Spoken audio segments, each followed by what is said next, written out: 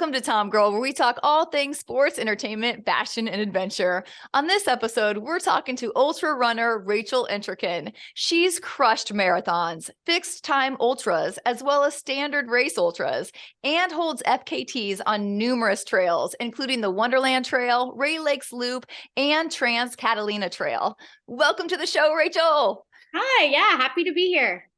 Oh, I'm so excited to have you. You have just done, so much. It's incredible. Yeah, I have a lot of energy. And so I think in order to sleep at night, I have to run really a long time. So I say, well, let's first start, how did that passion and that energy fix for running, where'd that start from? yeah, so it actually has kind of some grim beginnings. But when I was in high school, I was always kind of that overweight yet athletic person. But I developed a pretty bad eating disorder my senior year of high school.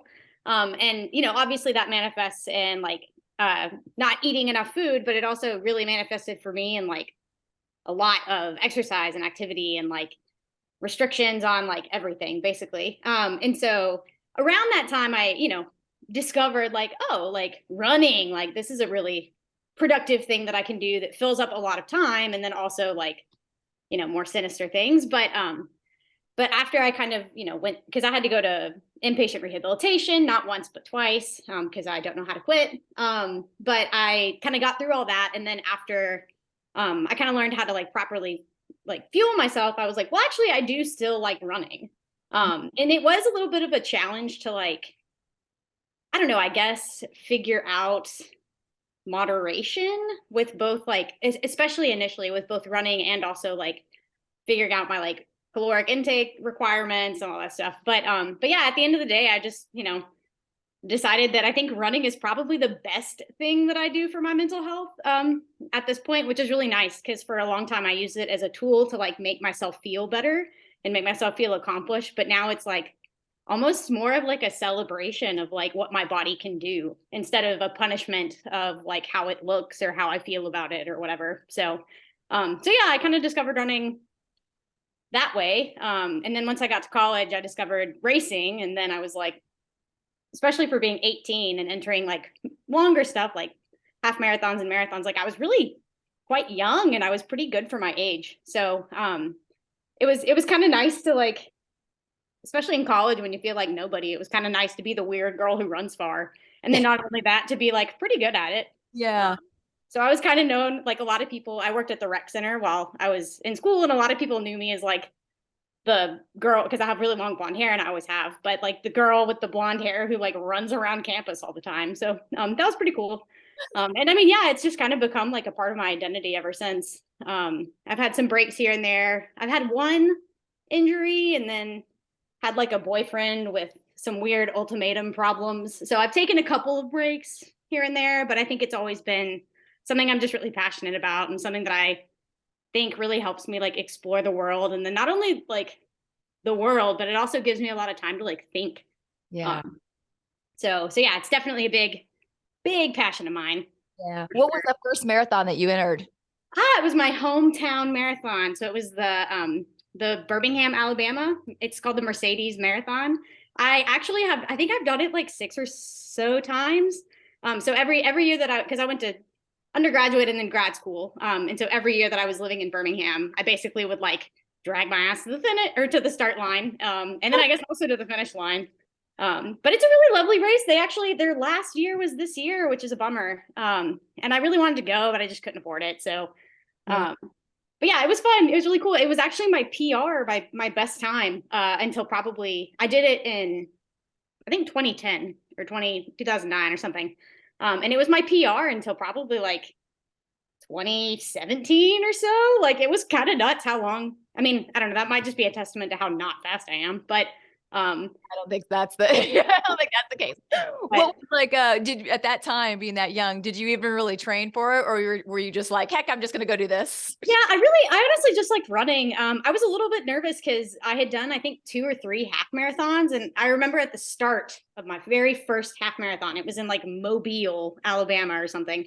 I was so nervous. And this woman was standing next to me and she just looked so professional and she was all in her spandex and stuff. And she was like, I guess she could tell that I was nervous. And so she like, oh, you know, like, is this your first one? And I was like, yeah. And like, I'm so scared. Like, it's so far. I hate this. Like, how do people do marathons? I don't get those people. And she was like, oh, well, you just wait. And I mean, for probably like 6 months, I was like, I'll show her. I'm never doing a marathon. And then I signed up. But anyway, I don't know. The power of being insane, I guess. Yeah. But, So where are the other marathons that you've done? What cities? oh gosh. So I lived and went to school in Birmingham. So I've done a bunch of races in Alabama. I've done quite a few I kind of fell into a running crew that was in South Carolina, and then a couple people also lived in Georgia. And so I've done a lot there. I've done stuff in Tennessee. I've never done anything in Mississippi. I think I've done maybe a race or two in Florida. And then I moved up to Washington State, and that was where I kind of fell in love with trail running. Because until that point, kind of everything I had started dabbling in trails a little bit. But it's pretty hot in the Southeast. And we also don't, like, you slog your way to the top of this like 1,000-foot climb, and then it's just covered in trees. And so you don't really get the payout. But yeah, I moved out to Washington, and you definitely get payouts at the top of the slogs. So I've done a bunch of races out there. I did some stuff, and like in that time, I went down to Oregon and did stuff there. I have done stuff in Canada, and then now I live in Southern California, so that kind of, I've done that area. I've done a couple things in Arizona and Nevada too. But yeah, so I have this like lame goal of like trying to maybe not race, because I don't necessarily know what my racing future looks like, but I'd like to definitely do like a long trek in like every state. I think that would be pretty. I really want to run across Rhode Island. It's like on my bucket list for sure. I think it's only like 50 something miles, so it seems pretty. 50. Yeah, only 50. I'm an asshole, but yeah, it seems really fun. And I think my friend Dan, he's actually done it before, and so it's like, it's possible. Yeah, yeah. So talk about kind of that transition when you went from going to doing these marathons on, road running to then what you were discovering and found out once you started doing trail running. Yeah, so I started road running mostly because it was just the easiest thing, I guess. I mean, you quite literally only need a pair of shoes and then to run out your door. And my family was never really like outdoorsy. Like, I didn't go camping for the first time till I was like 23, I think. Like it was a long time. So yeah, I mean, road running was kind of the only type of running that I thought existed. And then I did that marathon in Birmingham, and actually during that race, I met a guy named Joe, and he was a big trail runner. And we actually ran that marathon. We ran it from mile 4 onward. So I mean, we bonded intricately. But he was a big trail guy, and so he convinced me, I think it was like within the month, to go do a trail marathon. And I actually hated it when I first started, because it's like so different. I mean, I just set this incredible time at a marathon, and then I did this trail marathon, and it was like an hour and a half slower. And I felt like I was dying going up all these hills and stuff. So yeah, I really didn't like it at first, but I think that's probably true with like any new distance that you try or any new type of running that you try, is you hate it at first and then you keep signing up because you're insane. So I signed up for a bunch more, and then over time, I think the community is very different. And that's definitely something that I appreciate, because I think not always, but sometimes the road running community can get really competitive and kind of stiff, and like there's a certain aesthetic that you have to subscribe to, and like trail running is just really kind of a party. Like, I mean, the first 50K I did, I think I probably ate more than like I ran, because the aid stations had like gummy bears and stuff, and like marathon aid stations barely have anything. They have like bananas. Like, I didn't come here to eat bananas. So yeah, I got into trails, I guess, like I said, down in Alabama. And then once you get into the Pacific Northwest, it's pretty much game over. I mean, everything up there is so spectacular. And Southern California has kind of grown on me too. But with that being said, I mean, I do still definitely run a lot of roads. I would say, especially in the winter, probably like 80% of my runs are on road. And there's something that I do like. I do still like that simplicity, especially living in Los Angeles, where getting to a trail is such a giant time commitment. If I only have 3 hours to run, I would rather run for 3 hours, not drive for 2, and then I can't even run. So yeah, I I still do a good bit of road running. I think it's very objective. It's not like, you know, I can run a 9-minute mile on a road, but like, and that means I can run a 9-minute mile. If I run a 9-minute mile on a trail, that probably means I can run a 6:30. Yeah. So trails are just very subjective, where road running is very objective. And so I like being able to do both. So yeah. What are some of the favorite trails that you've ran? Oh man. Okay. So I hesitate to say this because it is pretty secluded right now. And I don't know how wide your base is, but Mineral King up in the Sierra, fantastic. That place is gorgeous. There is nobody there. I've done it pretty much every month in the summer, and then I also have done it in October. So it's got a pretty good, maybe not this year because we have so much snow, but it has a really great range. Like you can go all summer. And it is fantastic. Like you really have to like climb quite a lot. There's a 50-mile loop that has like 11,000 feet of climbing, I think. And then 2 30-mile loops that I know of, and each one has about 7 or 8. So it's pretty hard running, but it's completely secluded, and like I'll pass maybe 3 or 4 people on that trail, which is insane because it's in my opinion, the most beautiful thing I've ever seen. And that does include like Yosemite. So I love that trail. Love that trail. For sure. Like that area for sure. I really love the Olympics too, up in Washington State. I don't know. They're pretty spectacular too. I've seen some. I'm a big lake person. Because there's nothing better than like plunging yourself into a lake like 20 miles into like a sweat run. So yeah, big lake person. There's a ton of lakes up in kind of that Olympic Peninsula area. And I really like the trails too, because a lot of times you can get pretty lost because trails can be pretty short, and then you have to turn left. And if you don't turn left, you run into, whatever. So I found that Olympic National Park has trails that tend to be pretty linear. Like you just go up the canyon, then you go down the canyon, and then you turn around and go back. So it's like trail running light. So it was a really good place for me to really get my feet wet with longer distance supported, I guess, like trail runs. Because you don't have to like route plan a ton. You just have to kind of keep a map and have a GPS because you have to be safe. But yeah, it's very like out and backish or obvious loop kind of thing. There's not a lot of options out there. There's a trail.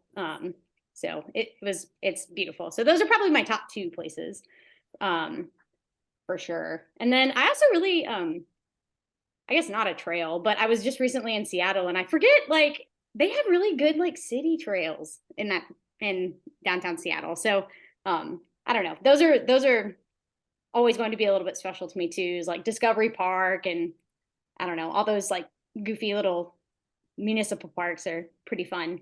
So that's like, I don't know. Seattle is always going to be special with regard to my like running, because it is where I like learned how to run on big trails, but then also got really fast on like the park trails. Yeah.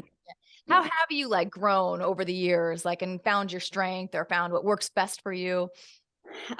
Mostly through trial and error. I don't tend to take advice very well, because we all think we're the exception. So like, I don't need to bring a pack or a jacket or a water bottle or wear sunscreen. Like I have to learn things the hard way, which is annoying. And I'm hoping that with age comes wisdom, and I'm going to grow out of that. But yeah, I really tend to just trial and error a lot of things. And that does kind of include trying new distances like before. And I do. You mentioned some fixed time races, and I think fixed time races are a really good way to get your feet wet and to discover trial and error with a really low risk, I guess, because you basically just run in a circle, and there's an aid station every, 3 miles max for most of them. And so, yeah, you just, I went from 50Ks to 50 milers primarily through fixed time. I went, because my progression in distance was also quite linear. Like I did half marathons and then marathons and then 50Ks, 50 milers, 100K. Like it was very like stepwise. And I practiced a lot of, I guess, techniques, and like gained a lot of confidence through fixed time and like just trying the distance. So yeah, I train some, I guess, but I don't know. I just tend to go out running to like see what things I can practice, I guess. Talk about those hundreds. Like, how did you get up to doing that much? Yeah. Well, actually, it's pretty dumb. Like I said before, I really have to like try the distance first to know that I can do it. So before I did my first 100, I ran like, I think it was 70 miles around like Birmingham, Alabama. So that was crazy. But yeah, I did my first 100 miler at a fixed time event. So it was a 24-hour race in like Georgia, I think. Again, mostly just like trying to get my feet wet with the distance, make sure I could do it. And that would give me the confidence to actually do it for real, air quotes. Cause obviously a fixed time is a for real 100, but you're taking away a lot of the variables, I think, and adding a lot of stability. So I did, I think that fixed time 100. And then I may have done another one. I can't quite remember, but I did my first 100 that was like a trail 100 in Washington State. And even it was on, I think you had to run 8 12-mile loops. So it took me a while to run my first trail 100 because it is really intimidating out there. I mean, a lot of and I'm fairly quick, so I tend to be towards the front. And there's not a lot of, you don't hang out with a lot of people up there. Like there's big giant groups of like 10 people sometimes when you kind of get in like the mid pack or the back of the pack. But if you're in the front, I mean, you're solo for sometimes 20 hours. So it is pretty daunting. It is not for the faint of heart, I guess. And especially being a woman, it is kind of scary to know that you're going to be miles or hours away from help if you need it. So I felt like I really wanted to be confident going into my first one and not take it too lightly. So the 8 loop 12 was a good start, I guess. And then the next 100 I did was probably in Idaho and it was really remote. So, I guess I can't remember, but that, anyway, I don't know. After I did the loop one, I was like, okay, I'm ready to do this for real. Like I can probably manage it. And so, yeah, now I like to do a mix of kind of fixed time events and then also trail stuff. And I don't know, I've come close to like hitting 200 miles at a couple events, which is pretty fun. So that I'm excited to kind of see what racing and running looks like for me moving forward. Probably expensive, but yeah, what it looks like for me moving forward as I kind of approach new distances and gain a little bit of confidence with like multi-day trail runs. And I don't know, it's a weird, I never thought I'd be the kind of person who was like, yeah, I'm gonna go spend 3 days in the woods by myself, but I guess here we are. We all change. And what goes through your mind when you're running for that many hours, straight? How do you keep like either alert or how do you keep yourself going? I honestly don't know. I have this really uncanny ability to just completely blank slate my brain, and you become, I don't know, I guess it's like very hyper present.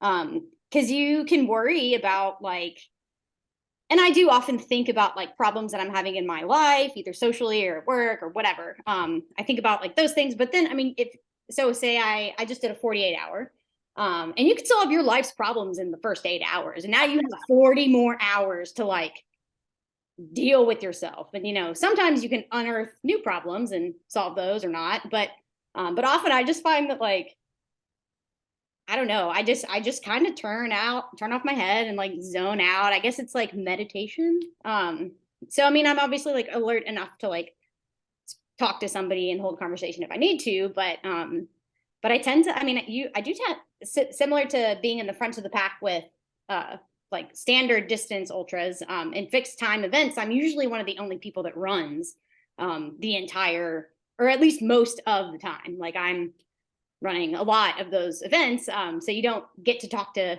many people. You can just pass them by and say hi. But yeah, I mean, I don't know. I don't really, people ask that all the time. Like I have no clue what I think about. Like I either think about so much or like nothing during those. So I think good. Oh, I'm thinking about all the snacks that I can eat once I get to the next aid station. That's probably one of the things I'm thinking about. So and even when you run on your own training, you don't listen to a lot of podcasts or various things when you just go. I don't. Yeah, I don't. I tend to if it's a road run, and I like this winter I've had like the weather in Los Angeles has been very bad. I know it's still lots and whatever, but we've had a lot of rain. It's been windy and like I'm just not loving it.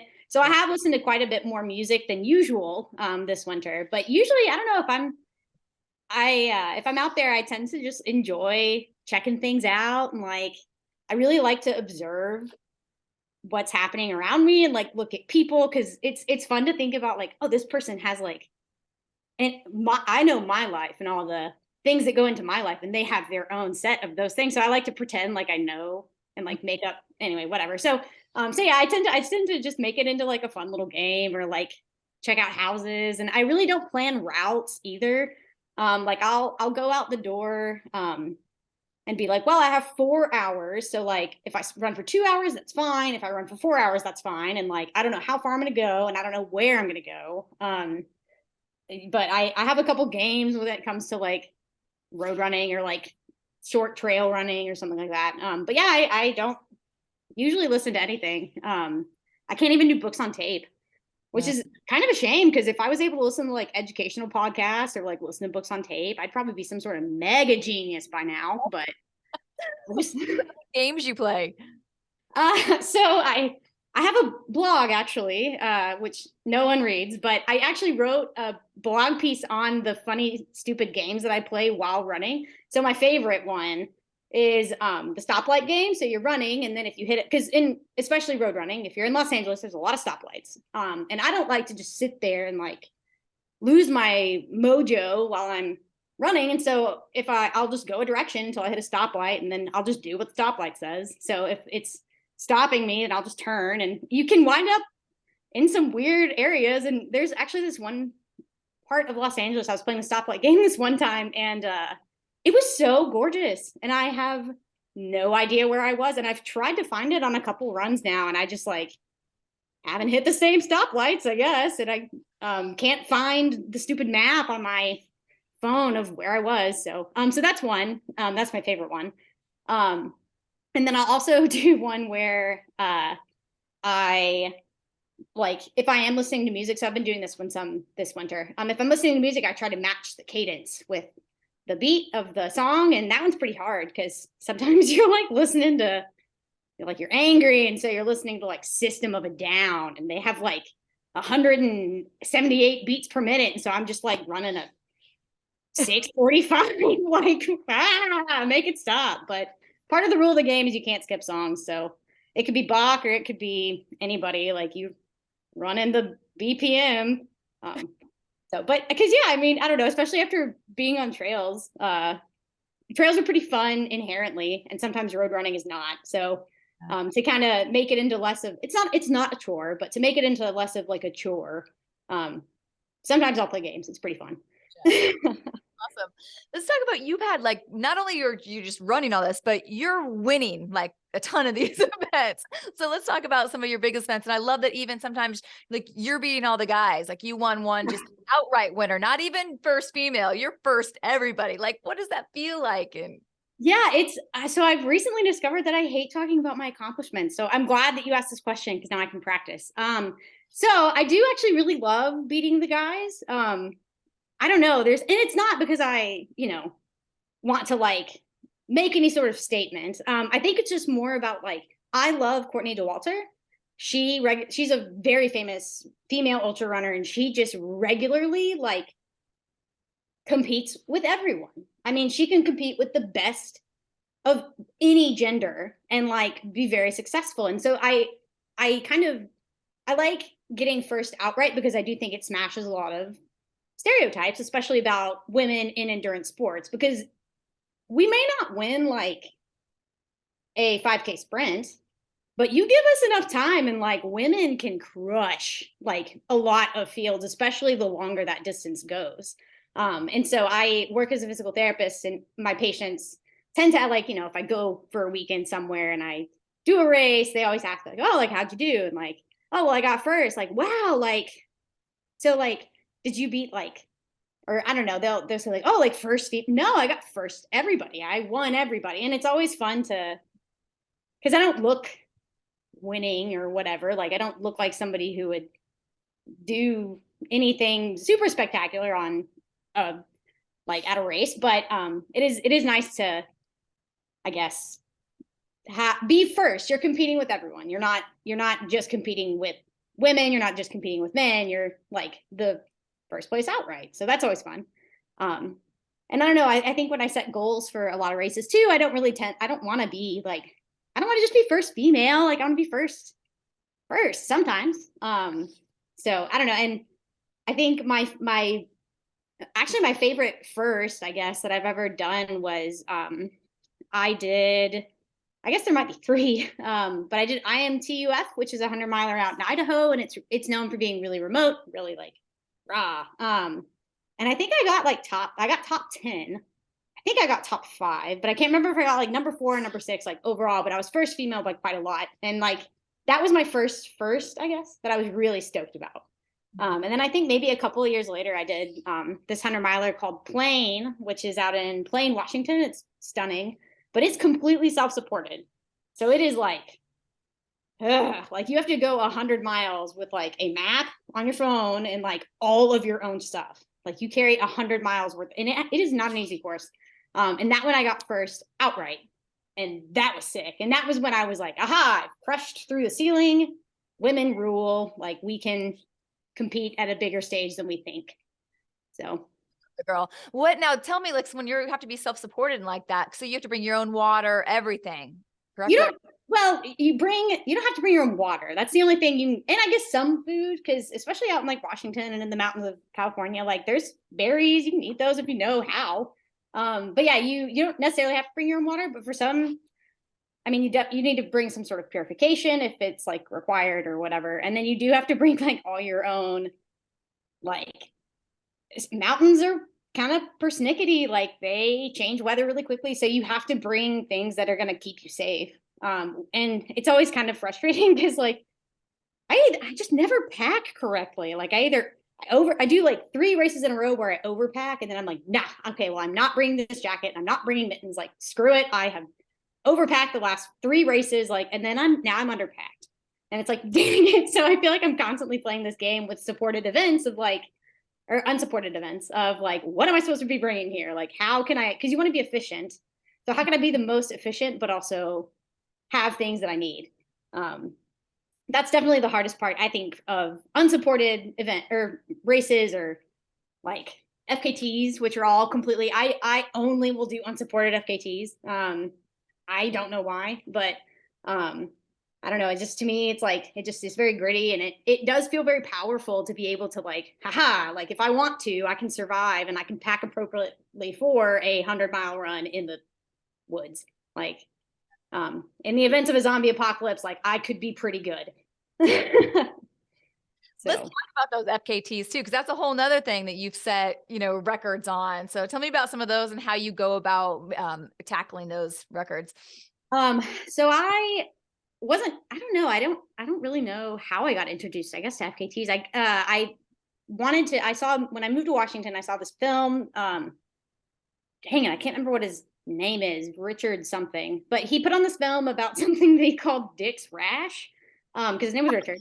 So anyway, but it was, you circumnavigate, which means you run around Mount Rainier, Mount Adams, Mount St. Helens, and Mount Hood, which are 4 big volcanoes in Washington State. And I was like, and I think he climbed up them too. So he climbed and run around them. I'm not really a climber, but I was like, ooh, like I want to do that. But I'm not going to ascend. I'm just going to run around all of them. And so I started picking off those trails. And then when I chose to do the Wonderland Trail, which is the longest one, I saved it for last. And my friend who lives down here in SoCal, he came and did it with me. And he was like, oh, well, and after we got done, he was like, oh, well, we set the fastest known time. And I was like, what's that? So shout out to Ian. Thanks, bro. But yeah, so I kind of looked into a bunch more of those routes and those trails, and I was like, oh, like I could, like some of these I've already done, like I could just go do them again. And like, so Mount Hood, which I had done during the thing, I love that trail. The Timberline Trail is fantastic. But I went out a couple years ago and just like reset my FKT on that one, and like I don't know, it's fun because I think you do have to be like a certain type of person to want to set an unsupported fastest known time on a trail that is long. And that is what I love doing. And so it's kind of like this fun little, I don't know. And I've actually, there are a couple of FKTs that I've set that I just don't care enough to submit it to the website. So it's like, I don't even need to get the notoriety. There's not really much notoriety, but I don't need that kind of stuff. I just enjoy doing these routes. And I enjoy, I guess, I'm not comparing myself to other people, but I guess I'm getting objective data. I mean, it's turning trail running into something that's objective, because at any given day, I mean, you're trying to choose the best day and the best weather to set your FKT. And so on my best day, I stack up against these people. And so it's, I don't know, they're fun. They can get a little competitive, and that's why I think sometimes even if I'll set one, I just like won't submit it, because it's like, nope, I can't do that. Like, can't go down that rabbit hole.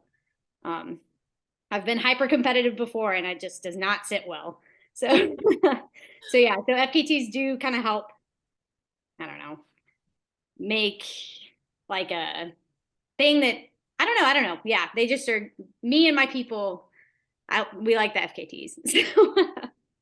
How are you personally as far as like goal setting or going after your dreams? Like, are you somebody who, writes things down, or I want to do this by this time, or does it just kind of let it happen? I definitely set loose goals. Like a couple of years ago, I think I was maybe 27. I was like, oh, I want to do the Ultra Trail du Mont Blanc by age 30. Like, that seems reasonable. Ha ha, COVID happened, and now I'm just like, whatever. So I don't care. I remember that because it was a goal that I had, and I did kind of work to achieve it. But like, I don't know, like sometimes I set really lofty goals. And then with regards to like goal setting during races, it's so hard to set goals for races, especially like fixed time races where it's like, I want to get 150, because you have no idea. Like, you have no idea what's going to happen. So I think if I set any goal, it's probably just like, I want to have fun while I'm doing this, and I want to try. Like, I don't want to, if I'm not going to have fun, and if I'm not even going to try, like, why did I sign up for this? Like, I'm just going to sleep in and like go do a 10-mile run, because like that is obviously where I want to be. So yeah, I've pared down my races quite a bit. I used to do like a race every month or 2 weeks, or like it's like I was doing a lot of races, and now I probably only do maybe 3 or 4 a year. But at those races, like, I mean, yeah, I guess that's my goal, is like have fun and try. And so I can't have fun and try all the time. And I used to think I could, but maybe now that I'm older, I've lost patience for having fun and trying sometimes. So, and it is easy to like, I don't know, overdo it, I guess. So I just am a lot more selective than I used to be. So I think, I don't know, goal setting for me is not, I guess, the reason why I'm running. I'm not running to like win or I guess do anything. I'm just running because it's fun and it's nice to be out there, I guess. Mm-hmm. Because my mom actually talked to me a lot about like, I used to always have the goal of win. And she sent me a text and she was like, I'm worried because all you want to do is win. And I got really defensive, but she was probably right. Like, all I wanted to do was win. So, so yeah, competitiveness nature is also probably what's gotten you where you are, Yeah, maybe, I don't know. I mean, I like to run, and I think I am pretty competitive at that, but I am also going to whoop ass at Scrabble.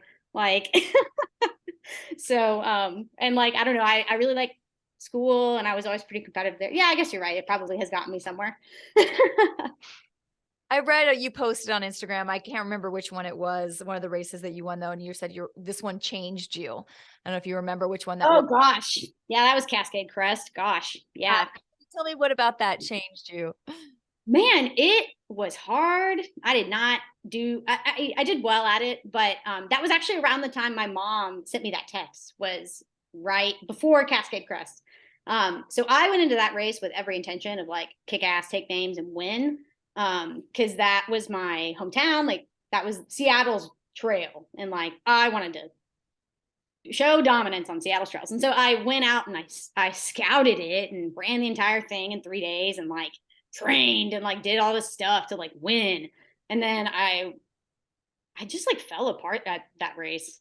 And I don't know. I mean, I think I was trying too hard to win. I mean, like we talked about before, like my goals of have fun and try, like weren't happening that day. And around that time, I guess, kind of like your last question, like, do you set goals? Like, it is hard for me to set goals because that race changed my opinion on like goal setting. So I guess that's what I did. It wasn't very positive. I guess it was a positive experience, but it was a very hard race for me. Like I wound up having to go to the hospital afterwards, like, because I was like throwing up all the time. So yeah, weird change. But I think every race kind of changes you a little bit. That's what I was going to ask too, that I bet a lot of them have changed you in different ways, or maybe you've had different discoveries. Is there anything else that comes to mind about how this has kind of shaped your life? Yeah, I mean, I would say I did a 48-hour. I've done two this year, actually. I did one in January and I did one a couple weeks, 4 weeks ago now. So at the beginning of March. What is time, God? But the first 48 that I did, I ran pretty much all by myself because I was the only one running.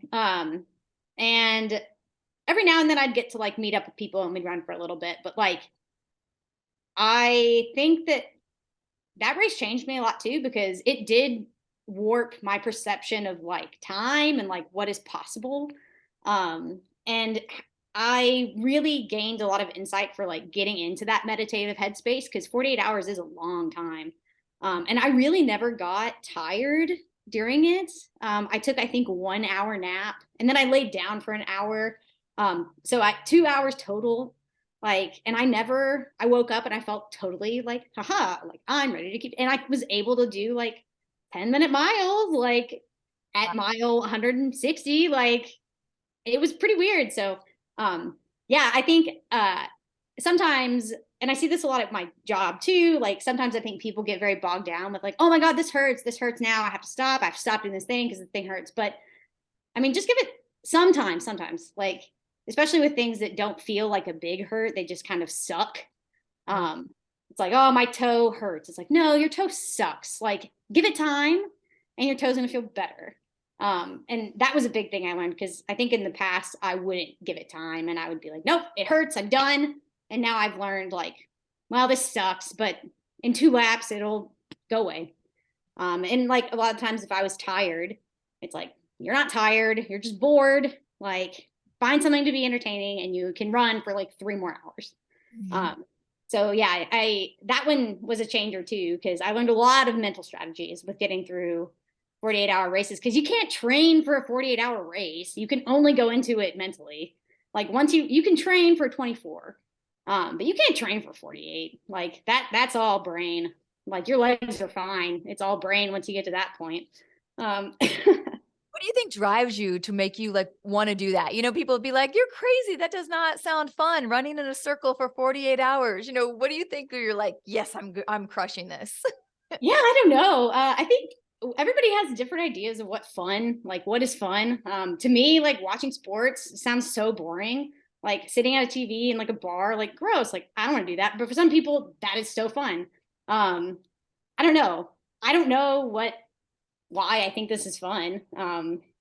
But it is really enjoyable. And like the longer you get out there, I think the more fun it can become. So I'm excited because this past 48 that I just finished in March was the first time I was like, I could keep going. Like after my first, because this is my fourth 48. And after the first one, I was like, oh my God, I'm dead. Like I'm dead. I can't move for 3 days. Like I'm dead. After the second one, it was like, I'm kind of dead. And then the third one, I was like, I feel pretty tired. And then after this one, I was like, nope, like I could go all day. Like I could still keep going. Yeah. So yeah, so I'd like to, I don't know about 72 hour. They have 72 hours and they have 6-day races too. I just can't imagine a world in which like I'm okay taking that much PTO to go in a 1 mile circle. Like I'm not there yet. So for me, I think the next thing is like, well, now I can do some multi-day trail stuff. So yeah, I don't know. I think getting to see and do things that don't, I guess, like appeal or seem fun to a lot of people, for me is very fun. So touched on your day job. So you're a physical therapist. So how does this, do you kind of, like you were saying, no, it just sucks, you know, because I'm sure you see a lot of people with injuries. How are you like kind of bringing this world into, you know, your everyday world? Or like, how does that also help you as like, no, I'm a physical therapist. You can are kind of evaluating your own body or your own health. Yeah, it's definitely a life hack to be a PT and also be doing a sport in which like you can get injured pretty easily. And like, I do really think knowing the difference between pain and injury is like super important because a lot of people, and I see this in my job, like a lot of people have no deficits. Like something just is going to temporarily hurt. And like, you can work through this. You don't need skilled care. Like, so I am fortunate because it is hard in the medical system to like get appointments for things. And so for me personally, like I've gone through a lot of aches and pains that did not require anything. And I could have wasted a lot of time and been really frustrated and gotten to that mental headspace of chronic injury. You are chronically injured. I see so many, not, well, I don't as much anymore, but when I first started PT, I saw a lot of runners with like chronic hamstring injuries and they become the person who has a chronic hamstring injury. So I think one of my passions in my job is like trying to teach people, especially who have some of those like mental warning flags of like, ooh, you're about to get into a chronic pain cycle. And like, I need to teach you immediately the difference between this sucks and this hurts. So yeah, I mean, I love the fact that I do something that is physically demanding and I have the job that I have because it really is a great, like patients or not all patients, but most patients immediately are like, okay, like you are someone who practices what you preach. Yeah. And so that I think gives some people a lot of buy-in. And especially if I treat runners, it gives, I mean, like I know what the problem is because I've probably, or not, I might not know, but I have some ideas of what the problem is because I've probably been there. And so I love it when I see patients who are runners and like maybe they're about to get into that chronic pain cycle and like I can catch them and or I can just like teach somebody like, oh, here is like a deficit I've noticed because we've now run together a lot or like whatever, like I've seen you running and like you need to work on this and like it fixes it. And then you've taught them something about like good mechanics or like whatever. Because I had this one patient, she had really bad neck pain, like, and it's like, and she mentioned that like it gets worse after she runs and like it also, and now it hurts all the time and whatever. And so like, this is probably not ethical, but I was like, well, let's go for a run sometime. Like, you know, 6 miles, long enough to like know.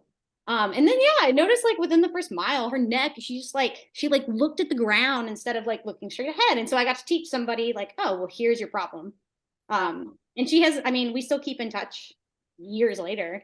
Because we half-ass follow each other on like running social media and like, yeah, no neck pain, like has not had neck pain since, will probably not ever, hopefully.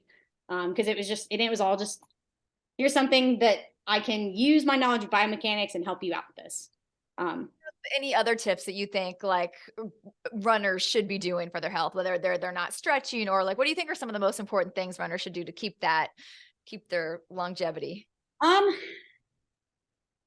Ooh, that is a good question. I'm really biased in a lot of ways with my answer, but I think my answer is probably get to know somebody who works in like healthcare and be their friend and try to like learn from them. Because whether it's like predicting risk factors for overuse injuries that you can get from being friends with a physical therapist to like, is my toenail ingrown? Like, should I be worried with like being friends with a nurse? I mean, I don't know. And I guess just like learn from the people that you are running with because they have experience too with injury. And even if they're not like a healthcare provider, like maybe they'll have tips on how to treat it.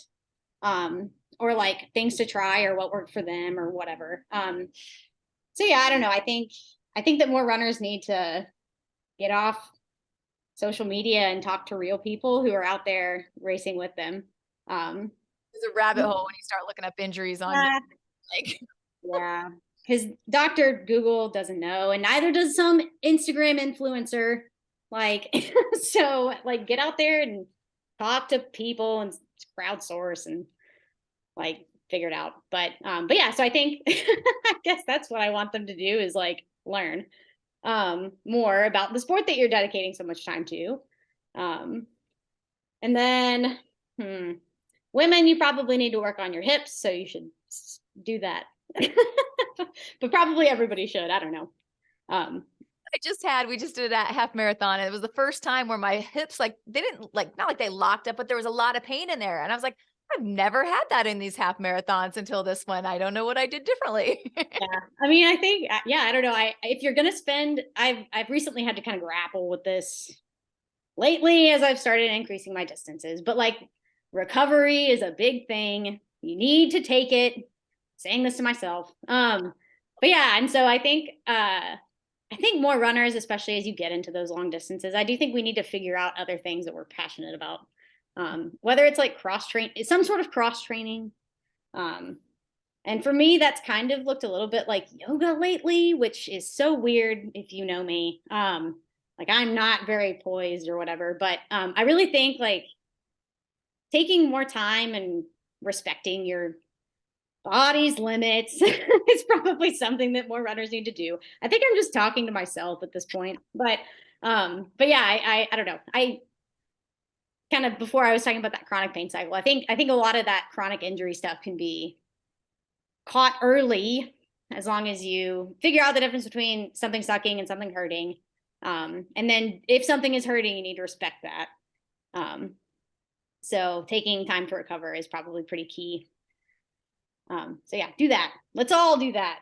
Rachel, take time to recover, damn it. Let me ask you, do you have any, for all those runners out there, you know, listening, if there's any favorite things that you have, like it could be favorite gear, favorite running shoes, favorite like hydration, or even as far as like gels or things you eat to like along the way, like any favorites that you have over the years?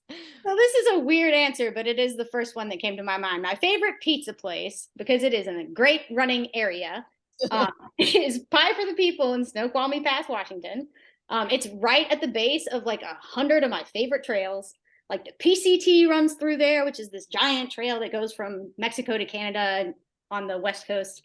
Yeah, so that's like, it's just every time I go to that place, I've always just kicked ass on a trail. And so I guess it's my favorite trail food. But yeah, what else is, I don't know. I really like, okay, another answer. I really like this shoe called Topos. Because I have a very like foot-shaped foot. And I think you really have to analyze your foot shape in order to figure out what shoes might work. So if you have like forever I tried to get into Solomon shoes, but they were just too narrow for my foot. And so I really like Topos because they are just perfect for the shape of my foot. They have good cushion, great shoe. They're usually pretty cheap too, and the sport can get pretty expensive. So they're pretty cost effective. So yeah, Pie for the People and Topo shoes. Let's go with a weird answers. No, I love it. I'm going to try that pizza place. And then how Oh, about, it's so good. There's actually one, I don't know if you're in California, but there's one just outside of Joshua Tree too. I did not know that until recently, but there is one. yeah, I'm close to you. I'm just right in Sherman Oaks. So yeah. Okay. So 2 hours away, but 5 miles. Yeah, totally. And then how about any just, you know, advice for people out there looking to get into any of the things that you're doing, whether it be trails or long distance endurance, anything, but just to get going with running? I mean, I do think we're a lot more capable of things than we think. So just get out there and try it. You don't have to go a certain pace. You don't have to go a certain like distance. Like just, you can try it if you want. And if you don't like it, you'll know after a while. So yeah, I just encourage anybody out there, if you're interested in the random crap I've talked about and you really want to go to Pie for the People in Snoqualmie Pass, yeah, just get out there and see if you can. Yeah. Last question, like, how are you bringing like what you've learned and what you learned through all these runs? Like, how do you relate that into your like day-to-day life? Has that given you like confidence or strength, or what are maybe some things that you've gained from it? It's definitely helped me solidify who I think I am. And it has definitely given me a lot of confidence in being that person. And because when you're running by yourself or with somebody else, it's very easy to be natural and be yourself. But when you're surrounded by a bunch of people, it's very easy to act inauthentic. And so I think running has given me a lot of the power to be authentic. So yeah, I mean, running is the greatest thing that's ever happened to me. So yeah, I don't know. It's given me everything. Well, it's just, I love that, you can just see the passion that you have for it, and it just comes out in such great, energy and joy. So it's just great. It's very inspiring. Thanks. Yeah. I mean, you should get out and try it if you're interested. Zion's beautiful. So you've had a great first start. We may be doing our first marathon this year. I've just done just 3 halves so far. So done 3 halves and then some triathlons, because I was trying to mix it up like you were talking about, like to give my knees a break, do some other things, but who knows? Maybe something. I don't know. We'll see. But hey, I'm gonna just randomly put in a little asterisk, little what are they called? Subscript. But running is actually not bad for your knees. It's totally fine. There are many studies there's at least like one study that I know of by a doctor I actually treated that states, running normal distances is like fine. Now again, it's like, I think the runners in this study were doing like 40 miles a week, and I'm doing not that, but yeah, I mean, there's no real evidence to support that, like, if you're running, it's gonna kill your knees. So tell your friends. I think it's probably fine. Like, yeah. I mean, if you're gonna get arthritis, at least earn it. So what do you have upcoming, or are there any new races scheduled, or anywhere we can kind of follow along with you and see what you're up to? Oh gosh, I have signed up for no other races this year, which is interesting. I might do, my friend Jake is going to try his first 100-miler, and I'd really like to see that. So he's doing a race in Colorado in September. That's a 100-miler. So I might sign up for that. But I'm really interested in doing some more stuff out in the Sierra this year. I really, really want to do the high Sierra route, but I think there's going to be too much snow this year for it to be, I don't know, possible earlier. But I guess those you can't really find, I don't know, on like a website or anything, but I guess you can follow me on Strava. My times right now are really slow because I'm recovering, but yeah, so I guess, yeah, I'm on Strava if you want to do that. Otherwise, I guess ultra sign up, I might sign up for something. But yeah, no real plans as of right now. I'm just kind of I'm transitioning from like fixed time flat road running in the winter to like trail stuff in the summer. So I'm not inspired yet, but I'm sure I'm a very chronic late signer upper. So something will strike. People see, is Instagram a good place? You have tons of great pictures on there, right? It's like if they have questions about Oh yeah, for sure. I mean, mostly shoot me a message and then send me your number so we can meet up to run. Yeah. So, but yeah, I'm on Instagram. So yeah, you can follow me there too. I'll post pictures of my cat and trails. I've been already like looking at those trails, like, oh my gosh, I need to go here and here. Like, all your pictures were so spectacular. Yeah. Well, don't neglect the cat. He's spectacular also. Just kidding. How can I do that? The cat is. Yeah, he's a ham. But yeah, on Instagram, you can follow me. Well, thank you so much. You've been just an absolute pleasure. And I just like congratulations to everything you've accomplished. And yeah, you are just such a badass. It's amazing. Thanks. Yeah, I'm not, I don't think, but everyone says that sometimes. So I'm going to believe them. So thank you for taking the time and sharing your story with all of us. Oh yeah, my pleasure. It's been really awesome. Well, thanks guys. Thanks so much for watching and listening. And you can follow along with all things Tom Girl at Tom Girl TV on Instagram, Facebook, and the website. And be sure to follow us on YouTube channel so you don't miss a single episode. So we'll see you next time. Get out there.